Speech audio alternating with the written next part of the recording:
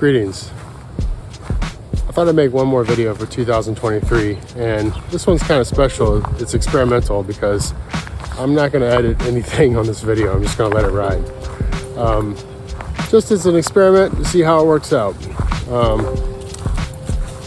This video was inspired by the Moog Mariana, but this, what I'm about to talk about, can be true for pretty much any of the Moog software instruments or plugins, and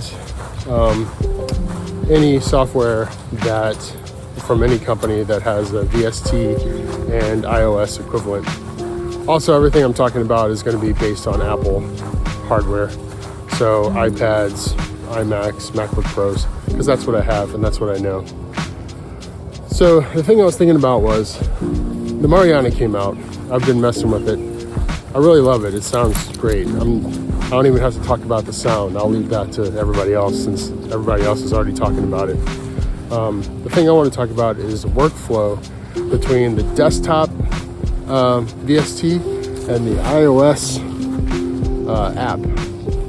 So the thing for me was I got the desktop and I realized I like software, but I don't like making music with software in the moment.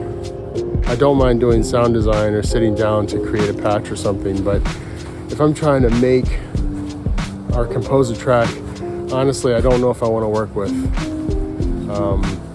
trying to create a patch from scratch on a software instrument. Only because when I find that I'm using a mouse for a long time and a keyboard, it just feels like I'm checking email or something. It's just not for me. Right now, anyway. Maybe it'll change, who knows. So anyway, that's the drawback for me of a VST on the desktop, is I usually lose interest and I just end up turning to hardware anyway because it's faster for me to work with. It's also more fun. Software though is cheaper, of course, we all know that, and you can use presets, which leads me to my next point. So I got the hardware version of Mariana, and I didn't get the iOS version yet.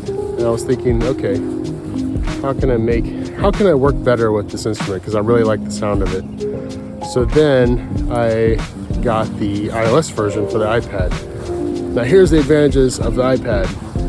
Touch controls, right away. You have some sort of tactile interaction with the instrument. And it's portable, and it's in your hand, so it's almost like an instrument. So immediately it's more fun to play. And yeah, I was having a lot of fun with it on the iPad. The problem with the iPad is there's only one output on the iPad, the USB-C output.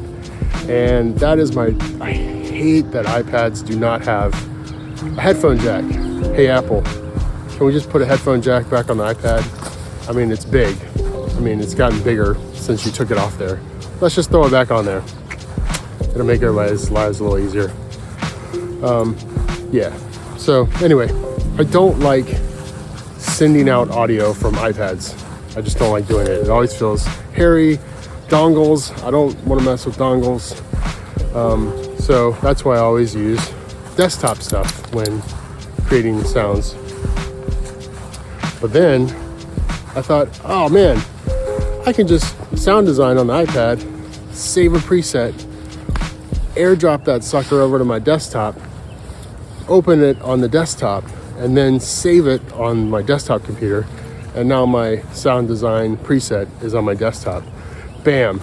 That's my favorite thing so far about these Moog VSTs and iOS apps in a nutshell. Pretty cool.